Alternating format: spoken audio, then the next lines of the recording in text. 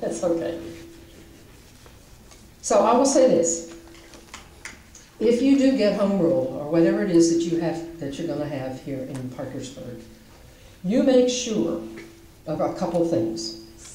You make sure that there is a ceiling on it, and it takes whatever it takes, 100% of city council or vote of the people, whatever it takes to raise that, because pretty soon it will be unmanageable. It is a free place for cities to get their revenue. I'm all for cities being able to function. They've got to have money to function. But you have, again, do you do it on, assess that dollar or whatever that fee is on people who work in the city, people who live in the city? I mean, there are lots of inequities in that. And I would also say that you write down and you have it in whatever passes, the bill, the law, whatever it is that passes, exactly what that is for. And you watch it, because governments have a way of getting those dollars and shifting them other places. But you make sure that, and I don't know what's going to happen in Charleston, but if and when you have to deal with that in Parkersburg, you make doubly sure that you have that in the Parkersburg statutes, because you know what happens up there in Charleston. And I live in Charleston. They change the bills all the time. They can amend the bills all the time. So, two things. You make sure that there's a cap on what can be assessed on whatever it is, whether it's a user fee or whatever it is. And it can only be changed by a vote of whatever. Betty, do you have B&O taxes also in Charleston? We do. Okay. Big place to get money. And the coal severance tax, of course, which is going down. You get a piece of that, property taxes, so forth. And you also make sure that you have some way to assure that whatever fee, whatever it is that's assessed, goes for what it is supposed to do. Do not let your city say, we're going to assess this fee in a sense. Make sure it is, and I'm going to use the word earmark, which is not a dirty word in this case. Make sure it's earmarked for something, and then you watch it. Is that okay? Okay, Mark? Great.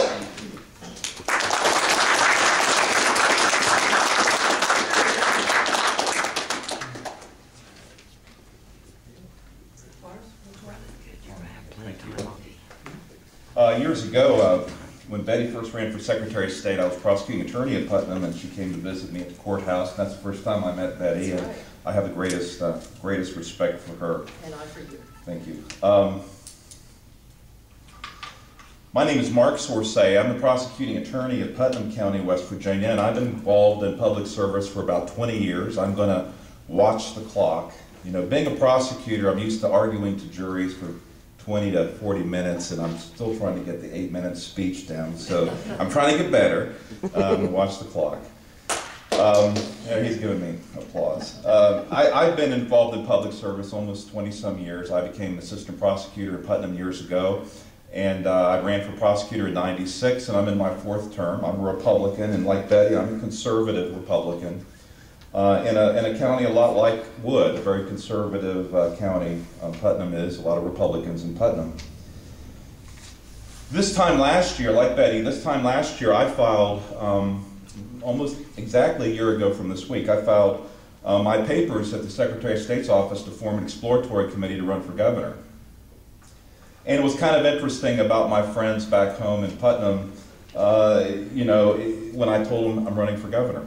And they looked at me and they said, you know, Mark, it's not really a bad idea, but we're just kind of surprised because it's kind of out of character. And the reason it was out of character was because, you know, I was a professional prosecutor. I've got reelected 4 times. And they really thought of me as a professional prosecutor, law enforcement guy, not someone that was really a political figure. And it was true. I stepped out of the box. I decided to become a statewide political figure. And I'm going to tell you, I think the reason that I was motivated to do that is the same reason you all were motivated to form the Tea Party movement. I was frustrated. I was angry with what's going on in our state and our country. And as a 53-year-old man sitting at home looking at my career, I thought, you know, maybe I have a responsibility to step out of the box of being a county official, get involved in state politics, because it's my time and my place, perhaps, in our state's history to make a difference. So I decided to run for governor, and I've been traveling the state for the last year. You know, I have a story years ago, almost 15 years ago, 10 or 12 years ago. As a lawyer, I had a case.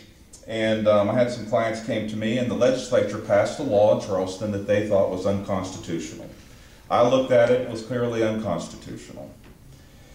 And back then, Gaston Caperton was governor, and I called the governor's office, and I knew his lawyer personally, and I said, you know, I got these clients, and you all passed this law up there, and we just, you know, think it's obviously unconstitutional. And he said, Mark, I'll look into it, and I'll call you back. And he called me back in a week. And he said, Mark, you know, I talked to the legislative leadership.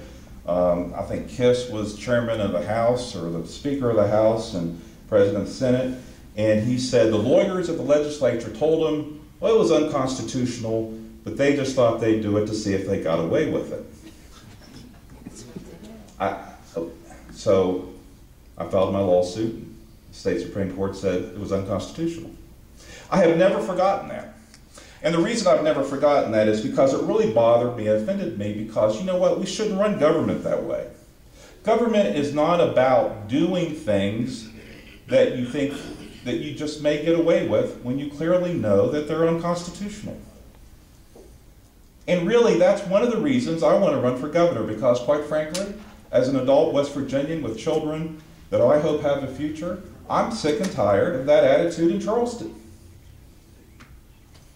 I'm running for governor because I believe that there's too many of our high-ranking elected officials in our state government that have lost sight of what the people expect of them.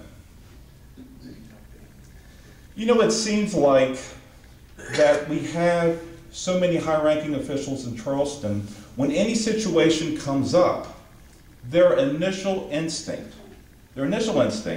is to do what's best for them. And then it seems like the next instinct would be to do what's best for West Virginia. You know, we had the loss of Senator Byrd, and we had Governor Manchin. And I'll tell you, when Senator Byrd died, Governor Manchin's first instinct was to do what was best for him. And he appointed a young man to be United States Senator. A young man that he knew would not be a political challenge to him. Now, I know this young man, this young Mr. Goodwin. I know him as a young man. I know him as a young boy. I don't know what his philosophical beliefs. I don't know if he's a liberal, moderate, or conservative. I know I'm going to be polite, and he is a fine young man.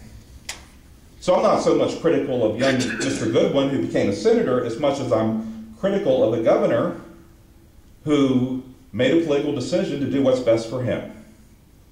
And then he made the next political decision he made to do what's best for him was to run for the United States Senate and to leave the governor's office, an office that he ran for, promised the citizens of the state of West Virginia that he would serve. Now, after he got elected, we have the Senate president of the state of West